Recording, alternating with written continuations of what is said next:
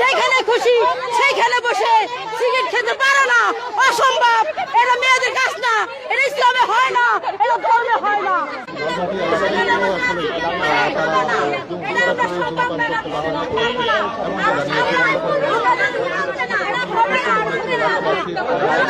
আমরা মূলত চাই ওপেন স্পেসে সিগারেট খাওয়া যাবে না, সেটা নারী হোক পুরুষ হোক, কারণ আমরা জানি এটা পরিবেশের জন্য ক্ষতিকর, সবকিছুর জন্য। আমাদের ছোট আমার বোন, ও কি শিখছে, আমি কি শিখবো, আমরা কি শিখছি এগুলো থেকে?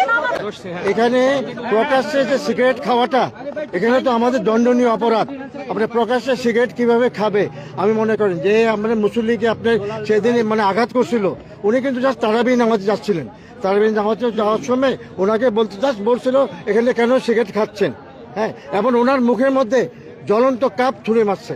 এটা সাংঘাতিক, এটা আমি মনে করি এটা উচিত হয় নাই। উনি মুরব্বী, আমাদের সাথে এখানে রেগুলার নামাজ পড়ে, এখানে এবং তারাবি নামাজের জন্য যায় না, যাতে পারে নাই। হ্যাঁ, এখন আমি মনে করি সম্মানিত উপদেষ্টা যে বক্তব্য রেখেছেন যে প্রকাশ্যে সিগারেট খাওয়াটা খুব দণ্ডনীয় অপরাধ, আমি মনে করি এটার জন্য আমাদের সোচ্চার হওয়া উচিত। এবং এখানে আমি মনে করি এরিয়ার মধ্যে সিগারেট খাওয়া চলবে না, আমি মনে করি। হ্যাঁ, এবং সব জায়গায় এমন সিগারেট খেলে জরিমানা আছে, এই জরিমানাটা কেন আমরা করতে পারতেছি না? আমরা চাচ্ছি আইনের প্রয়োগ হোক এবং আমরা সামাজিক সম্প্রীতি রক্ষা করতে চাই। আমাদের এই সমাজে মহিলা, বাচ্চা, শিশু তারা চলাফেরা করে, এটা দৃষ্টিকটু এবং ন্যাক্কারজনক কাজ। আমরা ওপেনলি মাদকদ্রব্য সেবন এবং সিগারেট খাওয়া এটা থেকে বিরত থাকি, রমজানের পবিত্রতা রক্ষা করি, ইসলামের প্রতি সম্মান প্রদর্শন করি।